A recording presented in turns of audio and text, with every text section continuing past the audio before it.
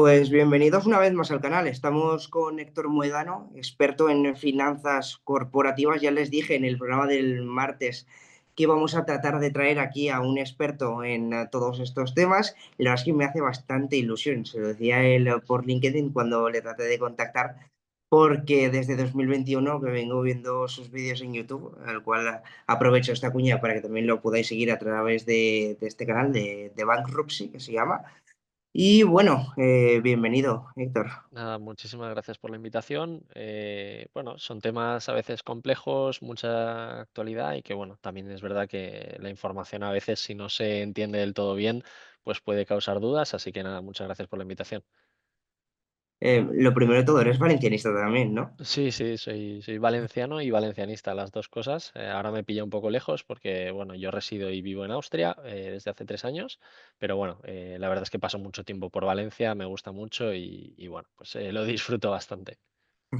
De vez en cuando salir del mal tiempo de Centro Europa. Del norte, sí. Pero sí que es verdad que, bueno, en verano también, cuando hay olas de calor, pues a veces estar aquí un poquito en las montañas también se agradece. Eso desde luego, luego yo que sé, que estamos sudando la gota gorda ya. Eso es. Nos vamos a meter en harina. El Valencia firmó con Goldman Sachs dos operaciones, una de 121 y una de 322, si mal no recuerdo.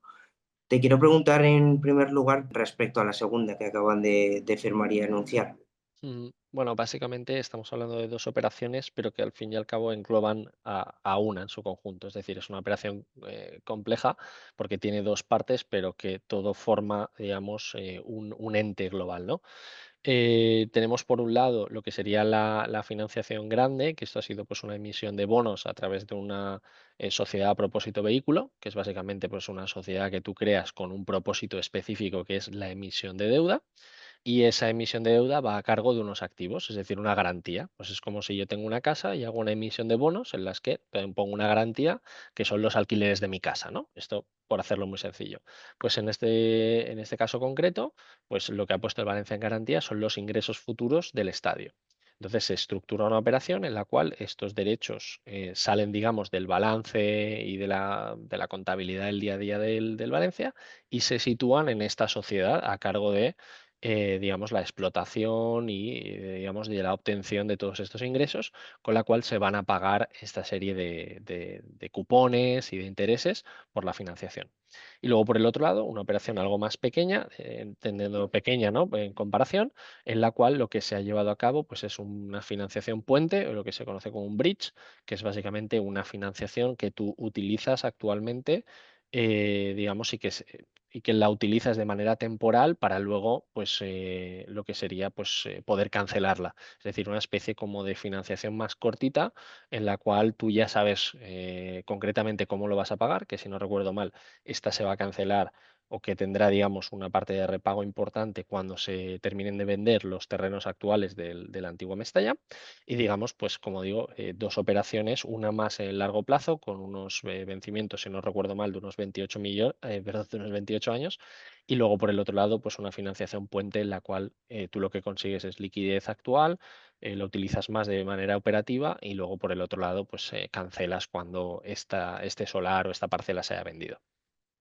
Se hablaba del Bridge Loan, del crédito puente de 85 millones de euros, como una forma de financiación o un crédito diferente al que solemos conocer en España. ¿Por qué de esto? Bueno, cuando estamos hablando de finanzas corporativas, lo que tenemos que tener en cuenta es que cada estructura o cada operación pues es individual, ¿no? Es decir, es de su padre y de su madre. El Valencia tiene unas casuísticas y el Valencia tiene pues ha tenido unas complejidades y luego también tenemos que englobar toda la operación, digamos, en lo que se conoce como un project finance. El project finance es en la cual pues tú lo que quieres es desarrollar una infraestructura, quieres desarrollar un estadio, ese estadio no está construido aún y por lo tanto, pues bueno, muchas veces cuando pensamos en la financiación de, pues no sé, de circulante o cuando tenemos, por ejemplo, la financiación de un proyecto que ya está en marcha, cuando una empresa pues emite deuda o tiene cualquier otro tipo de proyecto particular, pues digamos es una financiación más tradicional, ¿no? Pero en esto, un nuevo estadio, pues tienes que tener en cuenta pues el valor del activo, cuáles son las previsiones que van a tener de cara al futuro, cuál es ese business plan que te va a garantizar pues, poder pagar la deuda, cuánto va a ser el cash flow que luego te va a quedar para luego la matriz o digamos para lo que es la operatividad del propio Valencia. Es decir, todo esto digamos, se engloba digamos, en un concepto de finanzas corporativas que son algo distintas y por eso se habla de que este préstamo pues, es un poquito más especial y como digo, la parte de ser bridge porque sale digamos, de lo que sería la financiación más digamos, más core o más importante que hemos visto en la emisión de bonos. Y también acudiendo a los 237, que en este caso es la cantidad que han conseguido a través de los bonos, si mal no me equivoco, si no, corrígeme. Ujú. Te quiero preguntar, en primer lugar, ¿qué es un bono? Bueno, un bono es un contrato de financiación. Es decir, es un contrato de financiación que a diferencia de lo que podría ser un préstamo, que también es un contrato de financiación entre dos partes, digamos, el concepto del bono lo que tiene es un carácter de transferabilidad, es decir, que es como una especie de acción. ¿No? Que las acciones las puedo comprar, las puedo vender, pues es igual. Es decir, es una especie de contrato que está estructurado de manera en la que tengo unidades que son más sencillas de vender, ¿no? Y por eso se accede a los mercados de capital y por eso pues yo tengo, digamos, ese papelito que dice esto es un bono por valor de tanto. Entonces, a diferencia también de lo que sería un préstamo tradicional, lo que podemos diferenciar de los bonos es que los bonos son más a largo plazo. Cuando yo hago una emisión de deuda, yo puedo estar hablando desde los 5 años hasta los 20, hasta los 30, hasta los 40, hasta los 50, es decir, que esto ya se denomina como obligaciones porque son muy a largo plazo. Y cuando hablamos de financiación vía préstamo, pues suelen ser tramos más cortos, con riesgo menor, sobre todo participan los bancos, digamos, todo lo que tengamos en mente con banco comercial, con los bancos que todos conocemos, ahí el banco no quiere riesgo. Pero cuando hablamos, por ejemplo, de un instrumento de mercados de capital, como puede ser un bono, que como digo es un contrato de financiación con sus cupones, con sus plazos, con sus características, con los covenants, que es lo que puede hacer la empresa, lo que no puede hacer, los ratios de endeudamiento, es decir, toda la estructura, pues el bono es un formato adicional que existe en los mercados de capital que lo que permite es pues, hacer una colocación, buscar a los inversores que participen en ellos, se fondea esa financiación y por lo tanto pues tú tienes ese contrato, ese papelito que dice que tú tienes, digamos, el derecho o eres acreedor, digamos, de esos derechos que en este caso el Valencia ha utilizado para hacer la emisión. Hablabas de covenants, también otro concepto que yo desconocía totalmente. Ujú. ¿Qué es exactamente esto? Que lo has mencionado un poco por encima. Sí, no, muy sencillo. Un covenant no deja de ser por hacer una traducción simple, es un condicionante. Es decir, es un condicionante que se establece, digamos, en un contrato de financiación. Estos covenants los podemos tener en un préstamo y los podemos tener en un bono. Es decir, independientemente del formato de financiación, son condiciones que el emisor y los inversores pactan a la hora de determinar qué puedo hacer y qué no puedo hacer. Por ejemplo, si yo acabo de emitir 100 millones de euros y todos los inversores están contentos porque dicen, oye, es una deuda que es buena, que se puede repagar, etcétera, pero lo que voy a decirle a ese emisor es que no puede hacer una emisión después que lo que haga es, por ejemplo, que se endeude por el doble de lo que ya estaba. Porque entonces yo, esa emisión y esa estructura que yo estaba, digamos, dándole un precio o un riesgo determinado, lo que acaba de ocurrir es que yo tengo el doble de riesgo porque esa empresa está el doble de endeudada. Entonces, suelen existir lo que se conoce como condicionantes afirmativos y negativos.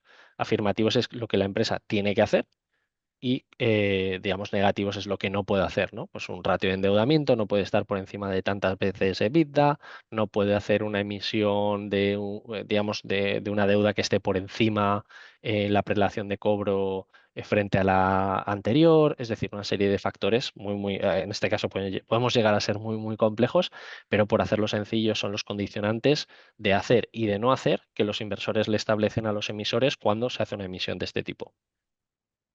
También hay una sociedad intermedia que se ha hablado, bueno, yo lo llamo así, no, Sí, sí. el lenguaje técnico, perdóname si no es el que estoy empleando, eh, a través de la cual se va a pagar este tipo de bonos, por lo que has explicado un poco. ¿Por qué se hace esto? ¿Es obligatorio cuando se emiten los Ujú. bonos? Bueno, tú una emisión la puedes hacer con la sociedad a propósito vehículo o sin ella. Lo que ocurre es que cuando estamos hablando de un project finance en la cual hay una garantía muy específica, como son los derechos de cobro, digamos los derechos sobre ingresos del nuevo estadio, tú tienes un activo que es muy específico. Entonces, tú lo que no quieres es que esos bonos, en el caso de que, oye, pues el estadio puede ir bien y puede ir mal, ¿no? El papel ahora mismo te lo aguanta todo, pero habrá que ver si el Valencia, por ejemplo, este año ha tenido problemas de ver si se mantenía en primera categoría o no. Es decir, aquí hay muchas casuísticas que hay que ver, ¿no? Entonces, ¿qué pasa? Que tú lo que no quieres hacer es que si tienes una mala temporada o tienes, digamos, unos factores que puedan salirse de lo que es lo habitual, pues que digamos esos bonos puedan afectarte a tus ingresos de otras partidas, ¿no? Es decir, al merchandising, a la venta de jugadores, etcétera. Entonces tú lo que quieres es proteger tú quieres proteger el balance. Entonces lo que haces es coges esos derechos y los pones en una sociedad instrumental, que en este caso y en España se denomina fondo de titulización, porque lo que estás haciendo es titulizar ese activo. Lo que estás haciendo, una titulización es muy sencillo, es simplemente eh, generar, digamos, es decir, lo que estás haciendo es una emisión a cargo de esta garantía que está ahí y que lo que estamos haciendo es sacarla, digamos, del balance del Valencia, ¿no? Entonces el Valencia cede ese activo a la sociedad, a ese fondo de titulización, y el fondo de titulización hace una emisión de bonos con el colateral o la garantía que son estos derechos futuros, ¿no? Entonces, bueno, en España está muy, muy regulado, tienes que hacer una inscripción a la CNMV, te tiene que dar el OK del folleto, tiene que darte pues una serie de verificaciones, tienes que convencer a la CNMV de por qué lo estás haciendo. En este caso, en su momento, yo participé en la misma operación que fue similar que llevó a cabo el Fútbol Club Barcelona para la emisión del SPY y esta, pues bueno, dentro de sus características, yo en esta no he participado porque el Valencia hizo bueno, una estructura algo distinta en unos factores, pero al final se respeta bastante, ¿no? O sea, todo más o menos es bastante parecido y como digo, pues no es que sea necesario, pero sí que tiene una utilidad real, que es el hecho de sacar del balance esta garantía que lo que va a hacer es, digamos, pagar los intereses del bono. Eh, el Valencia va a poder, si hace una gran venta, meter el dinero que saque por la gran venta en la sociedad vehicular para pagar Mm. el bono. A ver, aquí la idea no es técnicamente eso. Es decir, lo que se busca de este tipo de operaciones en una titulización es que el propio activo que tú estás poniendo sea el que ya vaya repagando la deuda. Es lo que decíamos antes, ¿no? Si yo hago una titulización que es como eh, trocear, ¿no? Poner en trocitos, digamos, pues por ejemplo, tengo una casa con el alquiler y pongo los derechos del alquiler, ¿no? A venta para financiar otra casa, por ejemplo. Imagínate, podríamos hacer un ejemplo muy sencillo. Yo me quiero comprar una casa en Valencia. Entonces yo lo que hago es, oye, voy a hacer una emisión de deuda por 500.000 euros para comprarme una casa. Y lo que voy a hacer es, esos 500.000 euros los voy a devolver a los inversores poniendo como activo los derechos futuros sobre el alquiler, ¿vale? Entonces, ¿tiene sentido que yo coja de mi otro patrimonio y ponga dinero? Pues bueno, a priori la operación, si la estás estructurando de esta manera, ya es para separar dos cosas, ¿no? No es para juntar flujos de caja. Que de repente el Valencia pues pudiera vender, pues no lo sé, un jugador por una plusvalía enorme y que quisiera hacer una amortización anticipada de alguno de los bonos, ¿lo podría hacer? Sí, lo podría hacer, pero digamos la estructura tanto de la financiación como la estructura de la operación en su conjunto no va por esa línea, no por nada, sino porque también los inversores, cuando tú estás invirtiendo en un producto, tienes lo que se conoce como riesgo de duración. Es decir, tú dices, bueno, yo ya he comprometido de aquí a 20 años un dinero y sé más o menos la rentabilidad que voy a tener. Si, imagínate, si los tipos de interés bajan ahora mismo, lo que va a pasar es que si yo le repago digamos, a ese inversor, lo que va a ocurrir es que automáticamente ese inversor recupera el dinero y dice, oye, yo tengo un riesgo de reinversión, porque yo estaba financiando al Valencia al 5 y pico y ahora las oportunidades que tengo de inversión estoy al 3 y pico. Y entonces, claro, estoy perdiendo dinero por los años en los que antes me han cancelado. Y esto lo que ocurre muchas veces es que se pone también en los contratos y hay pues unas ciertas cláusulas de cancelación o unas ventanas específicas en las que puedes cancelar. Entonces, bueno, como digo, es una casuística muy, muy amplia. Respondiendo a la pregunta de nuevo, o sea, ¿podría hacerlo? Sí. ¿Tiene sentido esta estructura de la operación para hacerlo? No tanto. Vale. Vale. De los tipos de interés, 5,82. ¿Es Mm. la media de lo que va a pagar el Valencia? ¿O es Sí, Sí, o sea, tampoco hemos tenido muchísima información. Esto sale de una entrevista, si no recuerdo mal, ¿no? De la directora financiera del Valencia. Entiendo que esto es el tipo medio. Y bueno, como digo, esto lo he explicado también en Twitter. Estamos hablando de un triple B, de un Project Finance. Esto, pues bueno, yo lo veo bastante en mercado. La gente muchas veces suele confundir la hipoteca que te van a dar a ti en el banco, en la cual tú primero tienes que meter equity y tienes sobre todo, te van a dar por un valor de tasación que bueno, que está muy en mercado, es decir, tú pones a lo mejor el 10, el 20 o el 30% y si te dan más es porque hay avales ICO y porque otros se comen el riesgo, esto que nadie se piense que es porque, oye, tú vas al banco y el banco está encantado con tu riesgo, el banco está, o sea, lo que menos quiere el banco es riesgo y por lo tanto, pues ese riesgo hay que pricearlo, hay que darle un valor. Entonces, si tú tienes una hipoteca del 2%, sí, pero porque tienes un colateral, si tú no pagas, cojo y me llevo esa casa y esa casa tiene un valor líquido, es decir, una casa se puede vender más fácil que un estadio de fútbol en la, en la rotonda de salida de Valencia, ¿no? Entonces, claro, todo este tipo de cosas son modelos más complejos que se tienen en cuenta y obviamente, pues lo que tienes que tener en cuenta es, oye, ¿cuánto vale el suelo? ¿Cuánto vale la edificación? ¿Cuánto vale el tal? Y esto va sumando y te da pues una cifra. Esto lo tienes modelos por comparables, tienes modelos de valoración pues, más complejos y al final pues llegas a una cifra en la cual tanto inversor como emisor están de acuerdo y como digo, pues todo lo que esté por debajo del 6 incluso cerca del 5,50, ahora mismo tiene sentido en un rating que es el triple B, que es en el que está el Valencia. Esto del rating, para poder entenderlo también un poco, cuéntanos un poco acerca de ello.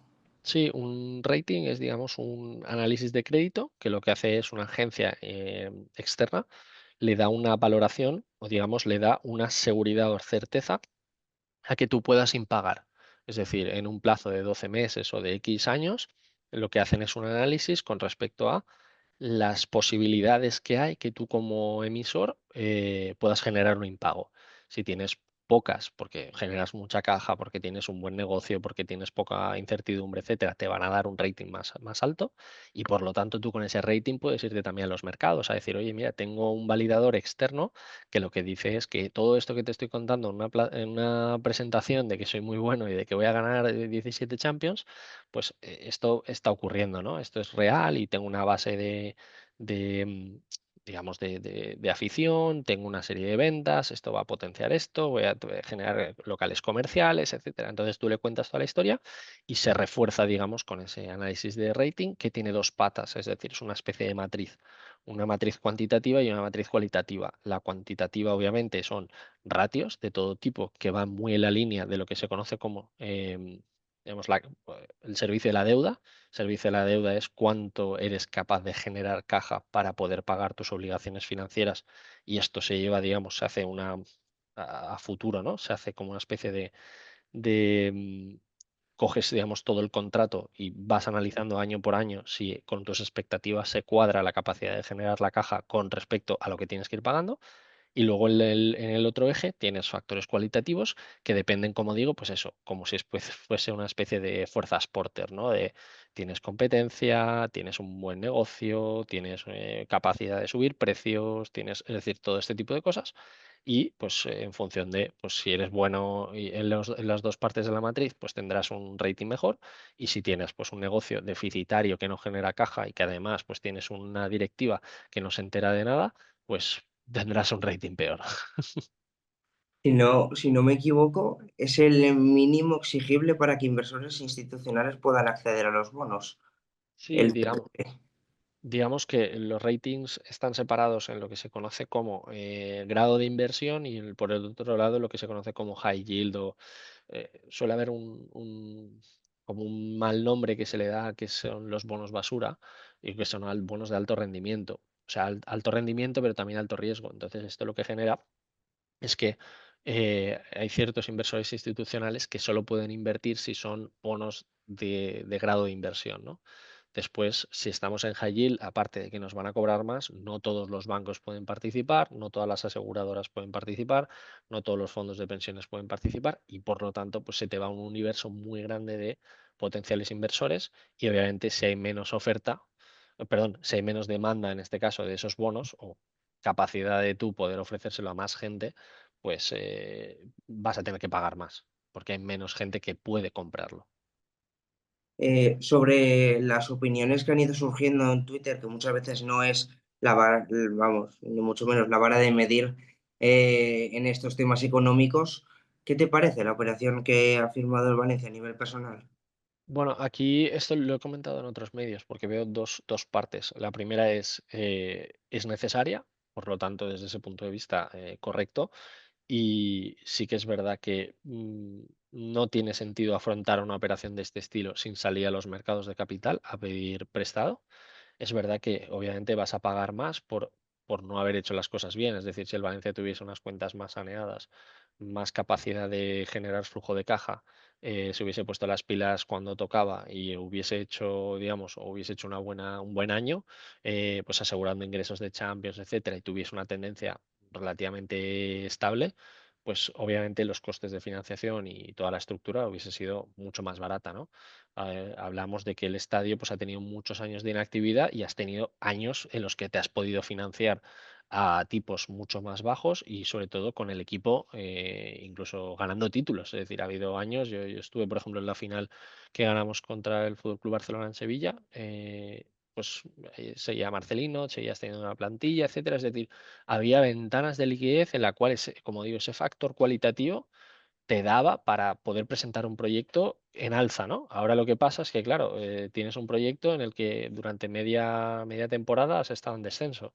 Entonces, es decir, tú como inversor, hombre, pues habrá inversores que no, que supongo que a lo mejor pues el Valencia les pilla lejos, ¿no? Y no se ponen a mirarlo tan en detalle, pero hay que tenerlo en cuenta. Es decir, hay unos riesgos que si tú pasas de estar en primera división a estar en segunda división, pues obviamente se te van a ir muchísimos ingresos y eso, pues el inversor te lo va a pricear y te lo va a poner en valor o va a querer generar valor con ello.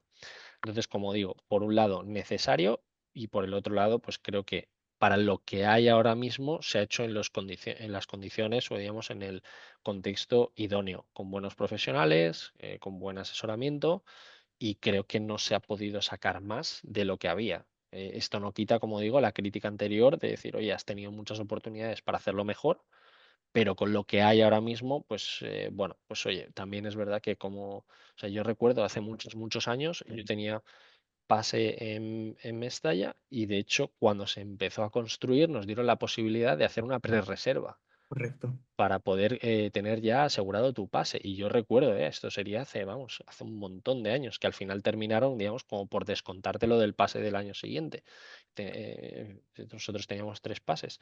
Entonces, bueno, o sea, imagínate, de aquello en lo que parece que tienes ahí pues es un solar lleno de hormigón a poder ser una realidad, pues, ¿qué quieres que te diga? Por lo menos algo se ha avanzado, ¿no? Eso es un poco la conclusión.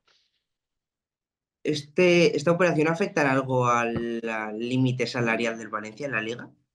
En principio, o sea, sí y no.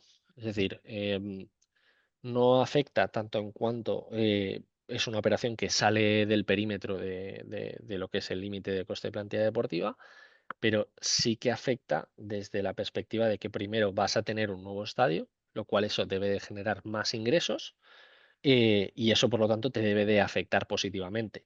Por el otro lado, vas a tener el coste de la deuda. Entonces, si tú eres capaz de generar más ingresos que en el antiguo Mestalla y esos ingresos son superiores a lo que te está costando el repago de la deuda, pues te va a afectar positivamente. Si tú, digamos, consigues mejorar en 10, pero ahora tienes que pagar 15 de los costes de la deuda, pues obviamente vas a perder 5 y eso pues obviamente te va a limitar, ¿no? O sea, al fin y al cabo es un poco, supongo que en el business plan y en los Excel lo tendrán todo fantástico y pensarán, ¿no?, que se va a multiplicar por mucho, pero la realidad es que habrá que ver y también, pues, oye, expectante porque de cara también al aficionado, tú imagínate, personas que llevan a lo mejor 50 años yendo a Mestalla, pues es otra localización, es otro sitio, o sea, hay factores tan pequeños, tan sutiles como es oye, hay sitio para aparcar, se puede ir andando, se puede ir en metro, todo este tipo de cosas van a afectar significativamente a un proyecto que, como digo, es muy importante y bueno, pues todas estas variables son, o sea, es decir, generan tanto que un 1% arriba, un 1% abajo pueden cambiar bastantes variables o cifras finales. Y por último, estamos conociendo demandas y muchas cosas con respecto al No Mestalla por el tema del otorgamiento de las fichas urbanísticas. Eh, ¿Esto ha podido afectar también a la hora de negociar este tipo de operación?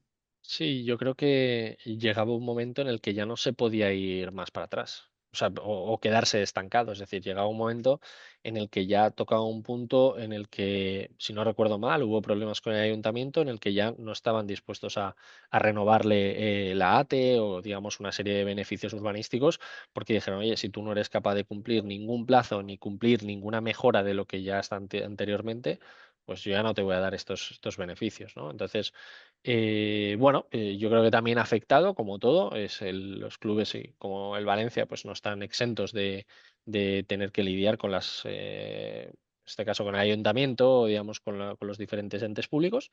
Y bueno, parece que sí que se ha hecho una cierta presión que ha terminado por desencadenar toda la operación. Ahora lo de siempre, pues más allá de todos estos números que están en un papel, pues habrá que ver, por un lado, la concreción del estadio, cuánto es capaz de generar, y luego también una variable importante que es cómo de bueno es el equipo para generar ese interés, esas renovaciones de, mm, digamos, de abonos, que si tú antes podías meter, por ejemplo, en Mestalla a 45.000 personas, no recuerdo cuál era el aforo final del nuevo estadio, pero que puedas llenar esos 30 asientos, creo que eran. pues, pues en ese caso, ¿no? Es decir, son variables que sí, yo lo puedo poner en un Excel y queda muy bonito, pero hasta que eso no se concrete en una realidad, no lo vamos a saber del todo. Vale, pues aquí lo voy a dejar. Te quería agradecer este ratito por habernos aclarado tantas cosas aquí en la parabólica de Mestalla y bueno, si tengo alguna duda te seguiré preguntando y molestando. Perfecto, pues nada, encantado de haber participado. Cualquier duda, cualquier cosa, encantado de echar una mano. Perfecto, muchísimas gracias. Un saludo a todos, hasta luego. Hasta luego.